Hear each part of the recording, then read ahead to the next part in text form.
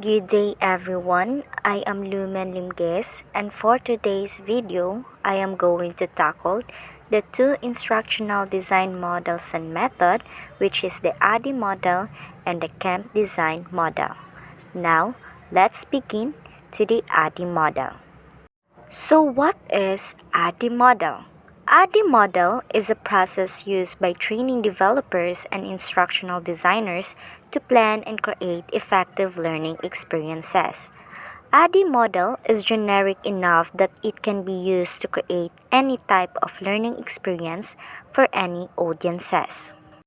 ADDIE is an acronym for the 5 stages of a development process. So what is ADDIE stands for?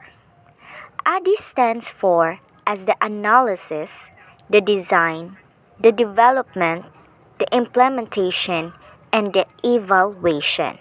So let's begin to the analysis. Analysis is to analyze the current situation to understand the gaps you need to fill.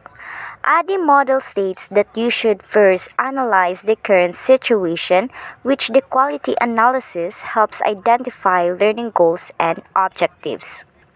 Next is design. Based on your analysis, design is to make informed decision to design the best possible learning experiences. In the design phase, we view all the information from the analysis phase and make informed decision about creating the learning program. Next is development. Development brings your learning experience to life by building your end product. The development phase is where you actually begin creating or developing your e-learning course. So the content ideas have already been decided, where your job in the development phase is to bring those content ideas to life. Next is implementation. Implementation is to distribute your learning end product to your audience. So your e-learning course has been created, tested, and approved, so now is the time for your learners to take the course. Now the last is evaluation. Evaluation is to evaluate if your learning end product is effective and meeting its goals. After the e-learning course is designed, developed, and implemented, you want to make sure if it's doing its job or this course is effective. Now let's proceed to the next model, which is the camp design model. The camp instructional design model is a 9-step process for planning, training, and development initiatives. It is more detailed than the ADDIE model. It's because it supports both interactive design and development of support resources for learners. The camp design model has 9 stages. So what are these 9 stages? So first is the instructional problem. This is to determine the specific instructional goals and identify any potential issues. The focus of this stage is to define the learning outcomes of the course, and this includes what the student needs to learn or the skills they need to acquire. Second is the learner characteristic. It is to develop an understanding of the learners so the appropriate instruction can be planned. The focus of this stage is on the learning style and needs of the students, as well as the germane cognitive load related to topics, tasks, and procedures. Third is the task analysis. It is to decide on the learning content and analyze tasks to ensure they align with the overall instructional goals. This stage is similar to the analysis stage in the ADDIE model. It is important stage because it helps the designer to begin thinking about the overall content of the course in relation to the characteristic of the learner. Fourth is the instructional objective. This defines SMART objectives and detailed learning outcomes. This stage is the phase that most specifically focus on the whole learner and determine the depth of understanding of new materials that the learner should be able to demonstrate.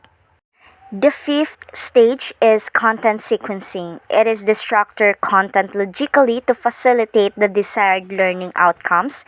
In this phase, the designer analyzes the broad learning objectives of the course and translate them into more specific and defined goals. The sixth stage is the instructional strategies. It is the design instructional strategies that is based on your audience awareness to ensure desired outcomes are met. In this phase, this is the design of the activities that will assist in the course facilitation. The seventh stage is the designing the message. It is to plan your instructional messages and decide on your mode of delivery. The designer decides what instructional resources are necessary to allow teachers to effectively teach and students to effectively learn. The eighth is the instructional delivery. This develops support resources to ensure effective delivery and learning of the instructional initiatives. This stage is unique because it takes into account support services that are available or that may be required to facilitate both teaching and learning activities. And lastly, the ninth stages, which is the evaluation instruments.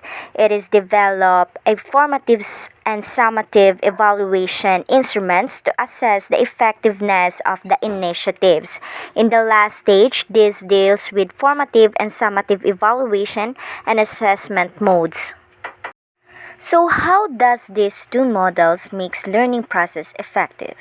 The two models helps the learning process effective in a way of encourages the designer to take the perspective of the learner's overall goals, needs, provides effective quality designs, priorities, clearly defined learning objectives, course, material, and assessment that are created and implemented. So this is all. Thank you and God bless us all.